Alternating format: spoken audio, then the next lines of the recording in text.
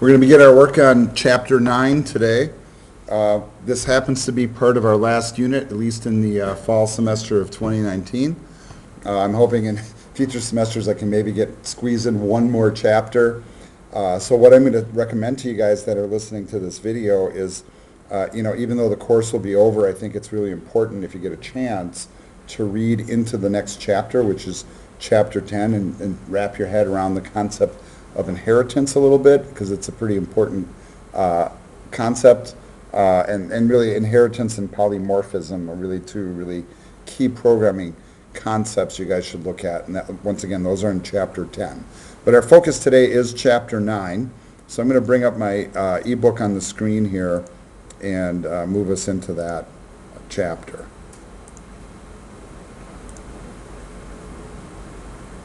All right.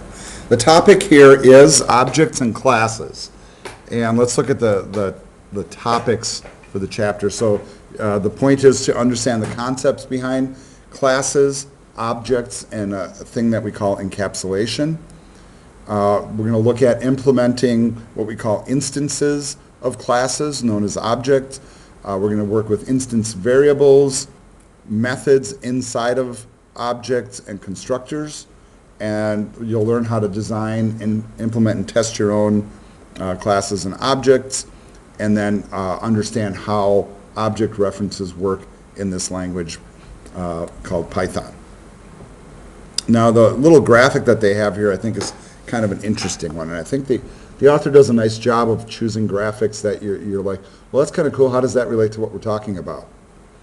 Well, what is that a picture of? That is a picture of wind turbines, right? And I don't know if you guys have ever traveled to some parts of the country. We do have some areas here in Wisconsin. When you get north on Highway 41 up near Lomira, that area there, I don't know if you guys ever travel up that way, but that's kind of a high elevation in Wisconsin for this part of the state, and therefore windy. And so if you get to that area, you'll look around for miles and you'll see many of these wind generators out there. But I can tell you that I drove through the panhandle of Texas. I'm trying to think of what year it was. It was a while ago. It was maybe a good decade or so ago. And we went down to the southwest to visit one of my relatives. We drove through the panhandle of Texas, and I was just floored. As far as the eye could see, for hundreds of miles, like through most of the panhandle, there was just an endless sea of these things, just all spinning. They were all the same kind of tower, but they were all unique. Okay, so that's where the key lies here. When I think of one of these, windmills or whatever you want to call it, you think of them, especially if they're all the same. Well, they're all the same, right? But yet each one is unique unto itself. So even though they might be like the same height, the same color, and every little detail about them is the same, they're still different because they're not sitting in the same spot. That's the one thing they can't do, is sit in exactly the same spot. And chances are each one of them has their own unique identifier, maybe a serial number or an ID or something like that, and they're probably all connected up computer-wise and whatever. So even though they're all the same, they are all different, but they are copies of each other. And there, in essence, kind of lies the key to objects and classes. Now, the way that I was taught objects and classes when I first learned it was I would look at, for example, a house, right? And I don't know if you guys have ever done this, but you drive down some neighborhoods, and have you ever noticed how all the houses are almost like the same? Because they were all built by the same person using the same blueprint, pretty much, or really, really close. And that's how objects and classes work. Classes, in essence, are a blueprint to create the real thing. So when I look at the blueprint of a house, that isn't the house, but it describes all the features of the house, all the measurements, all the capabilities. And then when I actually build the house is an object created on that blueprint or created on that class. That's exactly how objects and classes work inside of programming languages. The classes are the blueprint that describe how it functions, what it does, what its capabilities are, but the object is the unique version of that, blueprint in reality. All right, so if you keep that in the back of your head as we go through this, I think that will possibly help you understand this a little bit more. All right, so they talk first here about how we've learned to take programs that get complex, where we might have actions that repeat, and we start putting things into functions.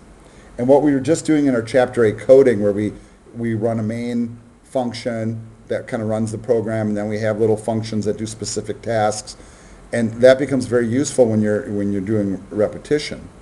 But when you get into more and more complicated programs, even functions really aren't enough to help kind of make things go smooth. It helps with simple programs, but with complex programs, we run into some issues. And one of the issues is how certain functions aren't necessary for all things that you're doing inside of a program. And so what makes more sense is if you're dealing with something that is related to itself, that you end up creating functions that are related to that thing or object, as opposed to making it available to everything inside of a program. Now that might not ring very clear initially, but you'll see what I mean as we get going. All right. What they did to overcome some of these issues is they came up with this approach called Object-Oriented Programming. And it says here, it's a programming style in which tasks are solved by collaborating objects. Collaborating objects. Each object has its own set of data, together with a set of methods that act upon the data. So if you think about it in terms of the photograph they have below here, which I think is a collection of cars, here's a photograph of a bunch of cars, all of the same model. Kind of like the houses I was talking about. And maybe the only difference is the color. Or what, does it have the navigation package, or does it have, I don't know, a sunroof or something like that? There might be slight differences, but all the things that the car needs to operate and be a car are all built into the car. I don't have to call an engine function to go somewhere. The engine's built into the car. But the engine itself is kind of a function relative to the car. It's what makes it go, right? So that's kind of a way to look at it. Now, the funny thing is you usually start working with objects and classes before you even know you're doing it when you're doing programming. So when you've done things with strings and lists and file objects, those are objects. When we deal with strings, lists, and files, those are objects, and then we run methods that are attributed to those objects to do things, like sort them or split them. Remember, all that stuff that we were just doing. And it gives an example. It says you can use the insert or remove methods to operate on list objects. All right. When you develop an object-oriented program, it says you create your own objects that describe what is important in your application. They give an example of the student database, where in a student database you might have an object called student, and you might have an object called course. And if you think about those things as entities unto themselves, sure, it makes sense. The student has their own details about themselves, like who they are, how many classes they've taken, their GPA, whatever. And courses have their own details too, such as, what's the subject? What are the prereqs? How many credits is it worth? What are the topics covered in the course? And we think of the student interacting with the course, but whatever things you need to do with the course aren't necessarily the things you would do with the student, and vice versa. And that's why we turn them into objects, because they're really kind of entities unto themselves, but yet they do interact. And in a program, you could certainly write a student database where a student interacts with the course. All right, let's talk about how Python describes a class. And it says a class describes a set of objects with the same behavior. For example, we look at strings, right? If we have a string class, it describes the behavior of all the strings that are out there. It tells it how to store the strings, what methods can be used, so we can make things uppercase or lowercase. Remember all that? Or you're split it apart into characters. But a string is a string, right? And it's different than a list. So we were kind of comparing them as objects, but it says a list describes the behaviors that objects use to store a collection of values, which is different than what we saw with strings. Strings are really, it's not that you couldn't put strings into a list, but you certainly can't put numbers into a string. So a string has its own set of characteristics, one of them being, if you're putting a number in a string, it's a string, it's not a number. Where with a list, I could put a number into it and do other things to lists that I can't do with strings. They're very similar in how they operate, but they really are different. So they give an example here of some of the methods. So like if I applied the upper method to hello world, which is a string, it'll work because that upper method belongs to the string class that it's created from. If I put hello world into square brackets, meaning it's a list item, or list items, actually, upper is going to fail because it doesn't know what to do with that. That's not a method associated with lists. However, if I want to use the pop command, I can do that because pop does work with lists, and that really kind of shows you that they're different object types with different capabilities. So it's not just what we can store with it, it's also what we can do with it. So an object is kind of a combination of values that you store and things that you can do with it. Those things that you can do with an object is where we start using the terminology method as opposed to a function. But a method really is a function relative to an object. And that's pretty important terminology there. It says the set of all methods provided by a class together with a description of their behavior is called the public interface. And that's kind of an interesting thought here. So if I create a string, right? Remember we would look at like, you know, the chapters when we were working with strings, then they have like a table of all these functions that you can do with it. Those are all encapsulated into the string object. So any string that you create has the capability to work with those methods just because it is a string. Right? When you're presented that table of possible functions, that's kind of what we call a public interface. And I want to make a little tie-in for you guys. Have you guys ever heard of a thing called an API? Maybe in computer speak. Maybe, maybe not. It's an application programming interface that relates to a public interface. And all an API is this. An API is a set of commands that you can issue against a library that will do a specified task. You don't have to know how it's coded, you just have to know how it's called. The example that they give here is the car. So let's look at this. It says you can drive a car by operating the steering wheel and pedals without knowing how the engine works. And you know, and that's how most people are these days. You know, people don't like, well, I blew a piston, I guess I'll rebuild my motor. Most people have no clue how to do that or even how it operates. But they can get in, turn the key, and get there. So they're making the comparison here is that when you use an object that's been created in programming, you use the methods that are available through its public interface to work with it. So I don't need to know how the upper method works for strings to convert everything to uppercase. As long as it works, I just call it, it just works. So the ability to actually hide what code you're actually using is called encapsulation. So very often we create an object, it's got methods, think of them as functions, attached to it that do certain things, and all you have to know to make that function work is how to call it and what data it might need to receive. The user calling it, another programmer, has no reason to see the code inside of it that makes it work. And that's called encapsulation. So it's hiding the implementation details from people interacting with it.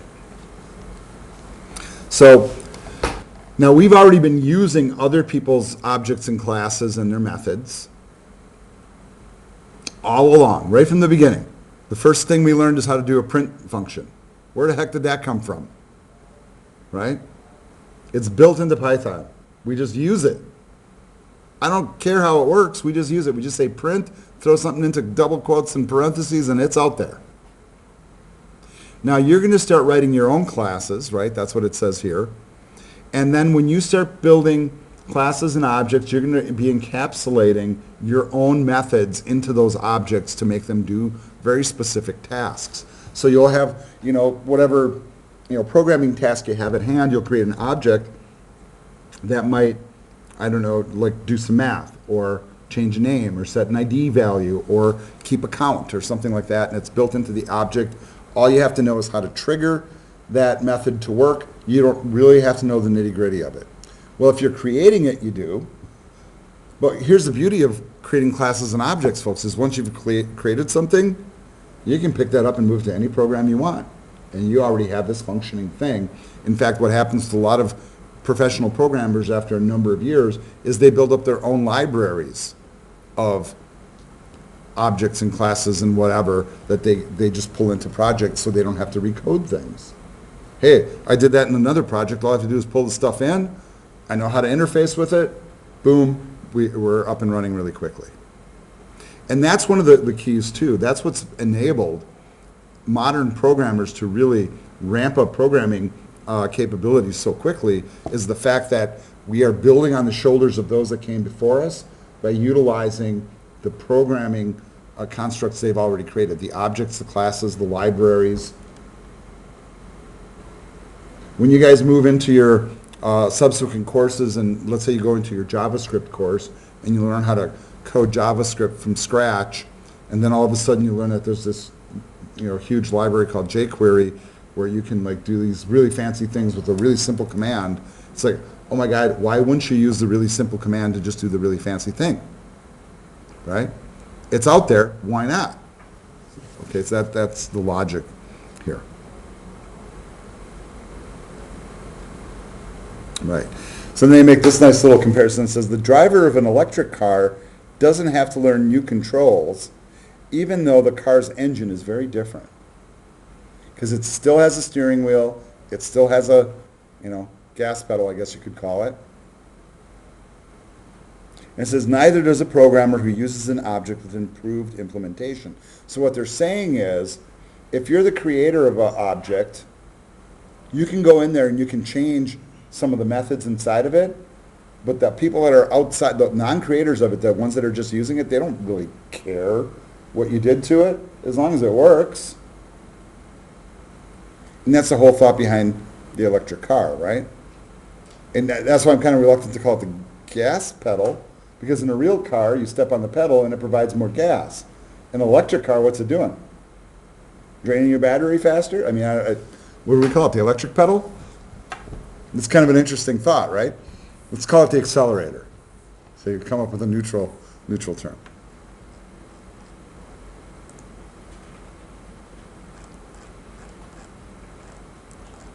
All right.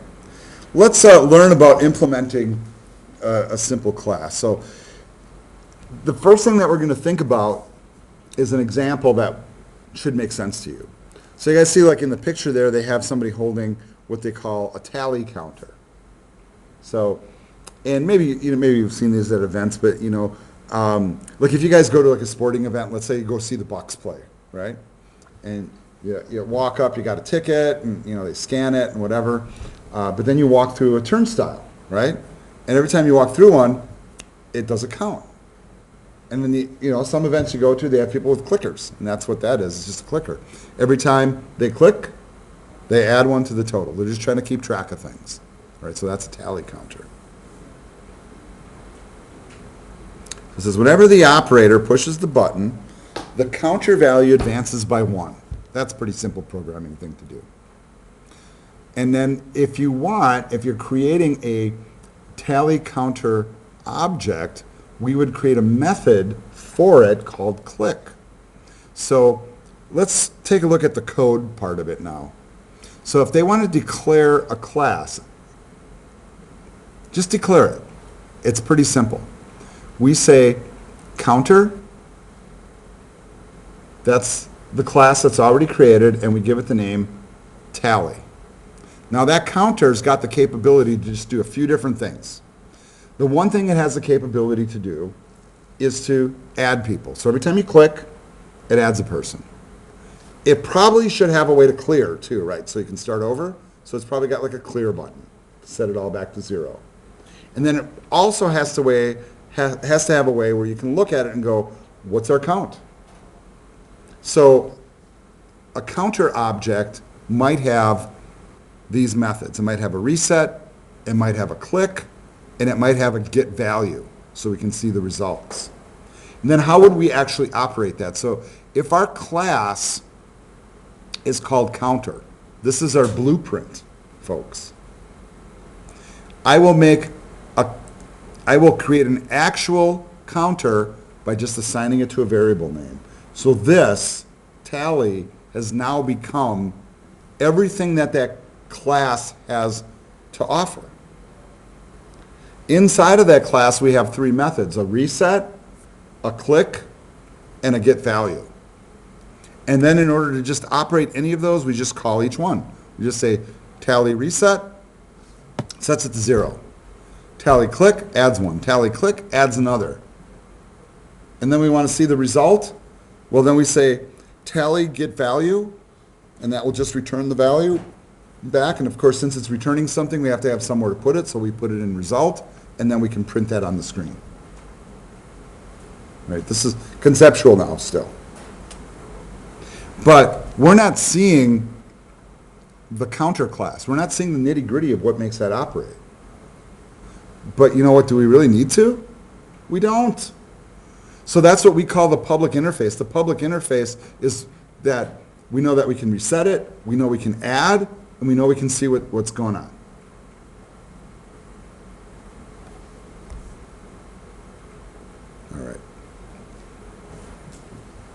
All right, so it says here, it says when implementing the counter class, we need to specify how each counter object stores its data. So somewhere inside that object, it is also keeping track of the count, right? So obviously there's a variable inside there. In order to store the values, we would create what we call instance variables. And I want to talk about this terminology a little bit. And they really don't go heavy into this in this book, but you will move to other languages and people will start throwing around the word an instance or instantiate or instantiation, and you maybe have heard those in your Java class if you're taking that right now. But what this means is an instance variable means that when you've created that object, when I issued this command up here, remember counter is the blueprint, tally is the actual instance of counter. So tally was instantiated based on counter. See the terminology there?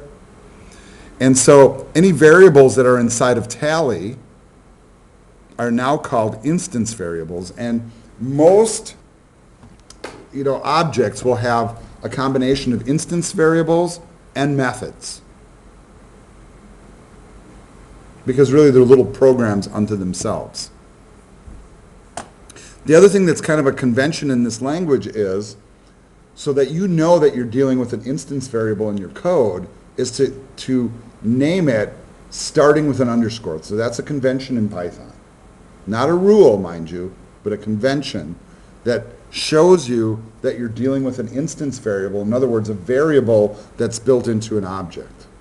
And I think that's important to latch onto. What's fascinating about that is I said it was a convention, not a rule. You don't have to do it that way. But it's become kind of an accepted practice in Python that people are using underscores to indicate that they're dealing with instance variables just so they can identify them as being separate, just the same way we'll name a constant in all caps even though it's not really a constant in this language. All right. So the other thing that's kind of interesting about this is this other concept. And that concept is one of public versus private. And they talk about this kind of like in a watered down way in this chapter, but I think it's really important to understand this. If I create a couple more versions of that counter class, and so that's what this graphic is about. So up above I created one called tally, right? Now I created two other ones. They got the same capabilities, but I called one concert counter and I called another one boarding counter. Each one of them is keeping track of how many people are walking through the door, and they each have an instance variable called underscore value. They are not the same variable because they belong to different objects. This is an object that's got all these capabilities, all those, click, reset, and get value. But the value is stored somewhere, and it's stored in the instance variable. And because it's an instance variable, it's part of the object, it's considered private. So I can issue a command externally to add to it, and I can issue a command externally to reset it to 0, or to pull back its value. But the general rule of thumb is it's considered part of that thing, so it's private to that thing. It's kind of weird, right? So Python, does that underscore to indicate that it should be a private value, one that shouldn't be changed. And it's a little bit different than how Java does it. So I know that some of you are taking Java at the same time. So in Java, when you first start to learn that language, you're confronted with like public static void main. And then all of a sudden you start to create objects and classes, and you're starting to set some of your variables to be privates, and then some of your methods inside those classes to be public, and some are private, and you're not sure which is which or why. So in most formal old school languages, we have identifiers like that say public and private, so that you can't actually break the rule. Here, it's an implied private. I can't actually keep somebody from changing the value of value externally. But because we see it with an underscore in front, the convention is leave it alone. Okay, so that's, I think, a very important thing to note. All right? So they keep kind of like indicating this, and this is where it gets a little bit weird, because now we have to actually, instead of just using the methods and the values that are stored inside of an object, we have to actually create the blueprint or the class file that creates it. And the identifier for that is just simply, you just say class, give it a name, and then define it. All right. The ... is not part of the definition. That just shows whatever you're going to do is put there, right? One thing that you will put inside of a class is the variables, the instance variables, and the methods. And typically, and this is where this language differs a little bit, is typically we will not set the instance variables as globals inside the class. You can, but that's typically avoided. Right, so that's a significant difference. So what I might do is, if I define a click, that click method that we talked about, I want you to notice that we're defining a method, it's called click, and then inside there we have a parameter called self. In other languages we call it this, typically. And what does self refer to? Itself. And in other languages, what does this refer to? It refers to this, the current thing that you're working on. So even though normally we would not have a value that we're throwing in here, we just want to click and add one to the total, we still have to include self as the first parameter, first argument. And then when we make our calls on the inside, we also have to refer back to itself. Now what this mechanism does is this, folks. It makes sure that the variable that you're dealing with, if you go back to this graphic up here, that we're dealing with the one relative. If I say self.value for this object, it refers to this object. this self. If I say self.value for this one inside of this code, it refers to this one.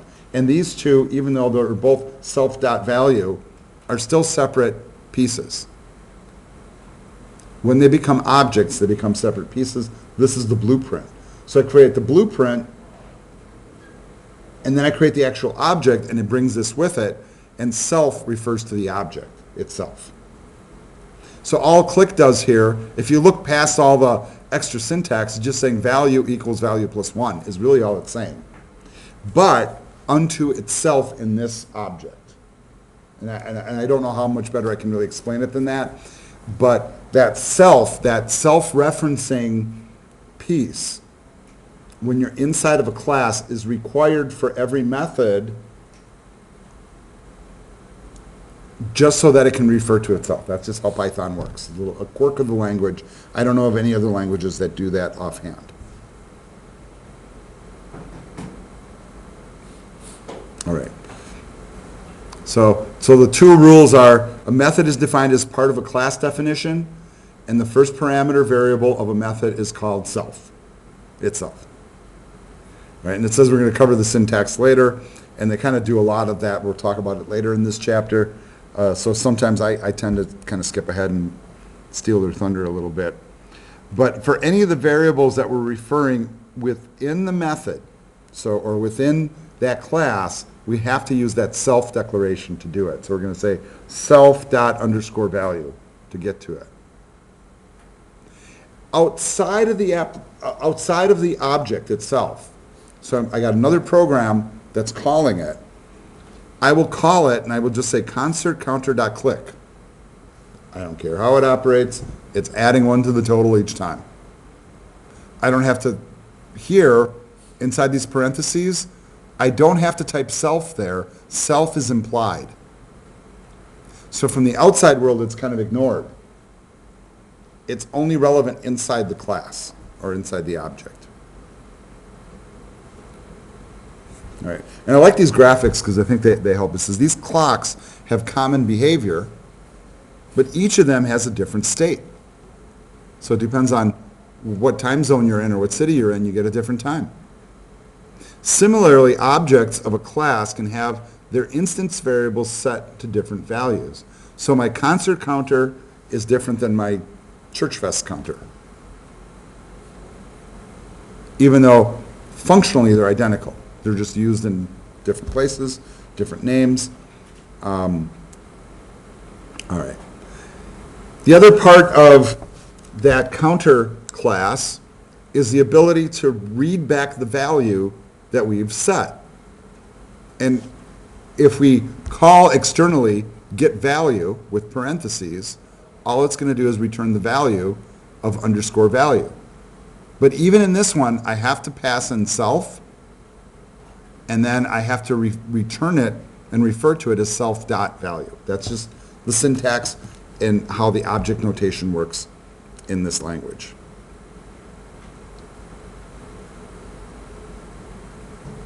What's cool about that externally is it allows you as a programmer really to hide the functionality from the outside world. Remember that. All right. The other one, reset, that's another method. That one just sets the value back to 0. Once again, it is self-referencing. All right. What I think helps a lot, and I'm not going to run this code, but you guys can copy it into Spyder and run it, or you can actually run it right inside the ebook if you have access to the ebook, is they'll show you how the whole thing is built. So let's take a look at this code, because I think this is pretty telling stuff. So first we begin by indicating in a somewhat verbose fashion what this thing does. So it says this module defines the counter class. Okay, models a tally counter whose value can be incremented, viewed, or reset. So it tells you what it does, and that's one of the purpose of the comments. All right. Then we have on line 7 there, we have the class identifier. So we say class, counter, and then a colon. And then we start to define things. Inside the class, each one of the methods that we're putting in there, and this is pretty important, indicates above it in comments what each one of the methods does. So it says, for the first one, get value, it says gets the current value of this counter. And then there's a kind of a shared syntax. It says at return, that means it's returning a value, return the current value of the counter. And then the code. The next method, click, advances the value of the counter by 1. Doesn't send anything back, so it doesn't have a return piece, right? It all happens internally. So if somebody calls on the click method, it just adds 1. Somebody calls on the reset, it resets it to 0. Now I want you to notice the code that we have here is one file. So this is one file called, counter.py, and it's a class file. This is not an executable program, folks. You don't run this at the console. You just create the file and set it aside. It's a blueprint.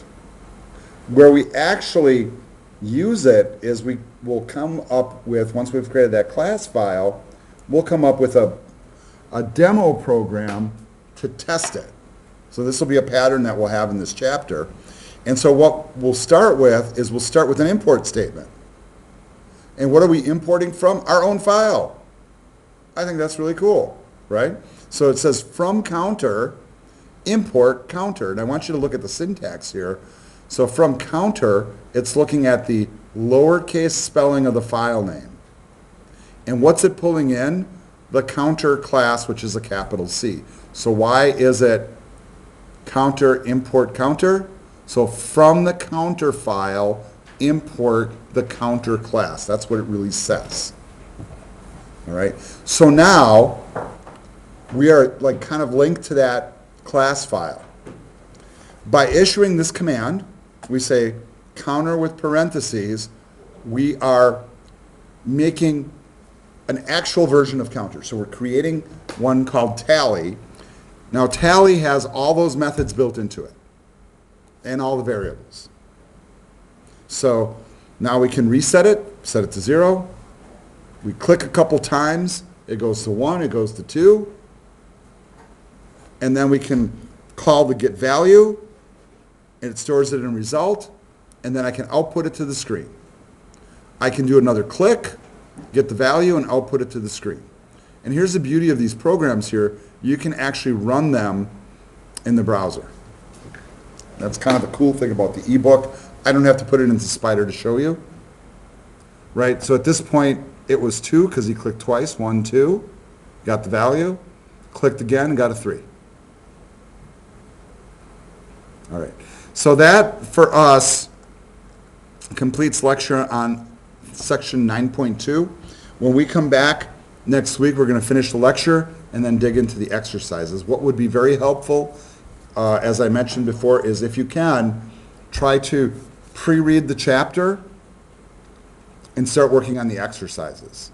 The exercises really aren't that difficult, and I know it's kind of a different mindset on a way to work, but we'll get through it all next week, and I'll be willing next week, provided I don't have any meetings after, and I might have a meeting after, to keep working until the meeting starts. So the sooner you guys get here, the better off we'll be. All right? I'll see you all next week, and we'll continue our Chapter 9 lecture at that point.